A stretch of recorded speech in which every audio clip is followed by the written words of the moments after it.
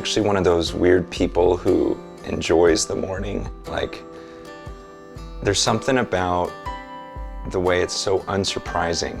Like, the moment I leave the house, I have no idea what's going to happen, but every morning has this simplicity, this routine, this consistency about it.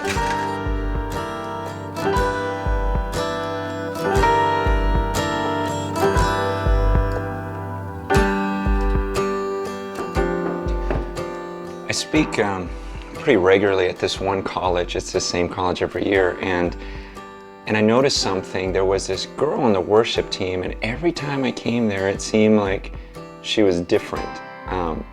Not like in a fake different, but it seemed like even though she was just one of the singers on the worship team, she would get more passionate, it seemed, every week.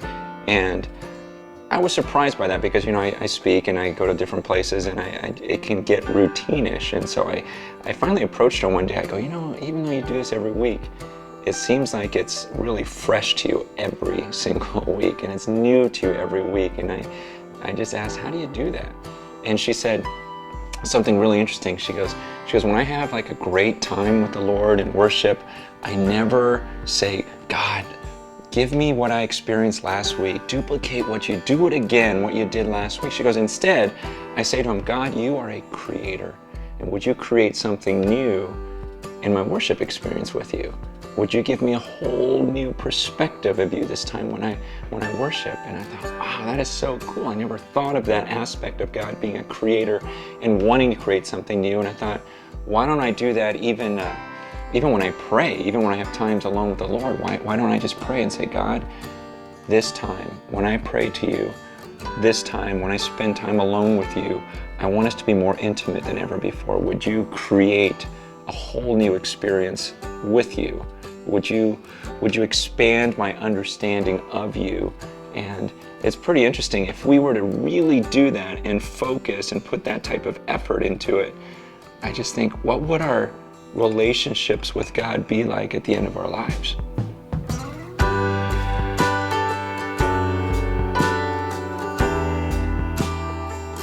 When I was growing up, I remember every night we'd sit around the dinner table, and my dad would make us pray every night before we ate.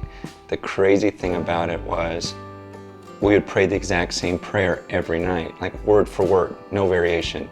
Either I would pray it, or my brother would pray it, or one of my sisters would pray it, but we would say word for word. And I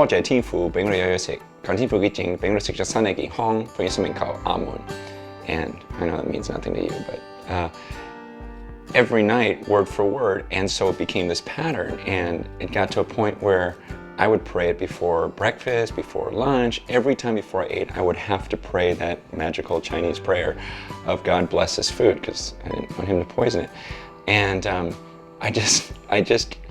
look back at that and I think, wow, that's so ridiculous. Without exaggerating, I bet you I prayed that prayer at least 5,000 times over my lifetime, word for word. In fact, I remember one time, and this was the stupidest thing.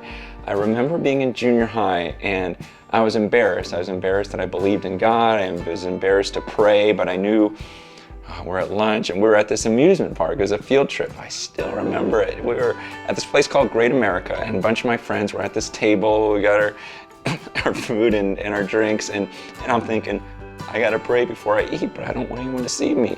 And so I still remember dropping my fork on purpose just so that I could bend over and pick it up. And on my way down, I'd be like, and no one would notice, and then I could eat my food. It's like, oh, good, it's blessed now. And you probably haven't done anything that stupid, but I think we all get into some sort of routine in our prayers to where it can become meaningless. Whether it's before meals, or maybe you have a morning devotional time, and you almost just sink into this prayer mode without thinking about what you're doing.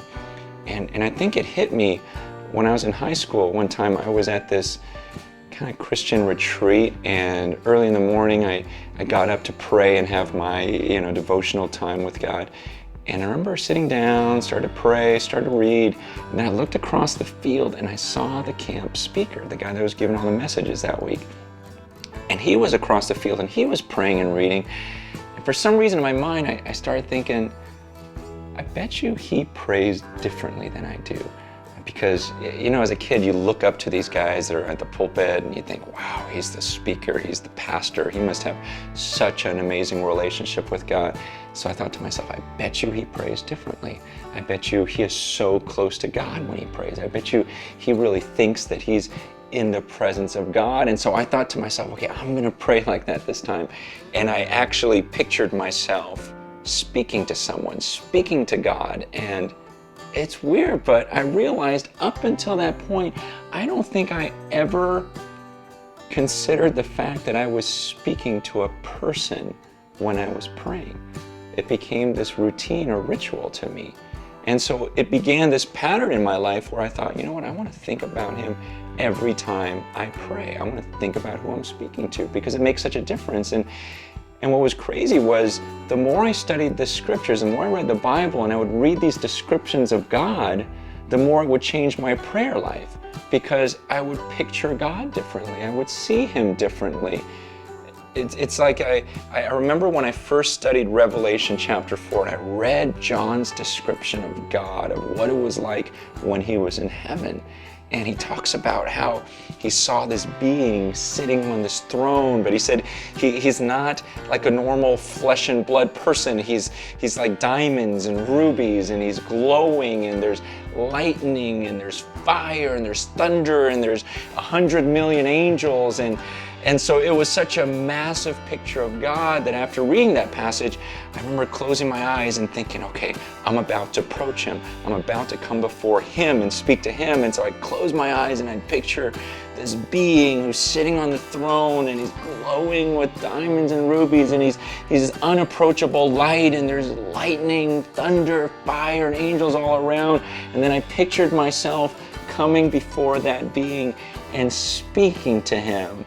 And it was like I didn't even know what to say, and these words came out of my mouth. Like, it's such an honor to come into your presence. And I just, ever since that day that I read that passage and prayed, I thought to myself, I would never have said those words if I didn't take that 30 seconds to think about him.